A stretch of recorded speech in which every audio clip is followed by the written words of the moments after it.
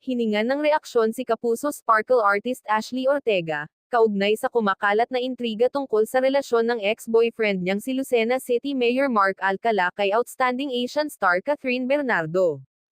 Sa latest episode ng Fast Talk with Boy Abunda noong Lunes ika-25 ng Mayo, sinabi ni Ashley na napawaw umano siya nang makarating sa kanya ang chika tungkol sa dalawa. Aniya, si Catherine kasi ay idolized her as an actress. So, parang wow. Ang swerte naman ni Mark, nakakuha siya ng Catherine Bernardo.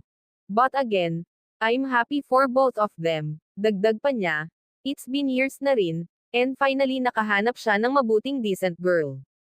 So I am happy for both of them.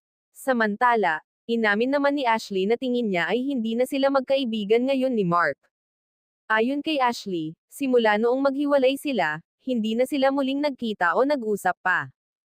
Paglilinaw ng aktres, maayos naman ang naging breakup nila, it was mutual, and I think, yun na talaga.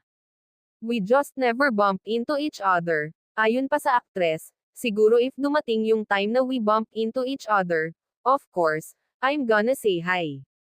Nag-umpisa ang relasyon ni na Ashley at Mark noong 2020. Pero bago natapos ang 2022, napabalitang nagwakas na ang kanilang pagmamahalan. Marso taong 2023 nang kumpirmahin ni Ashley ang hiwalayan nila ni Mark. Ayon sa aktres, maayos naman daw silang nag-usap at parehong ginusto na wakasan na ang kanilang relasyon.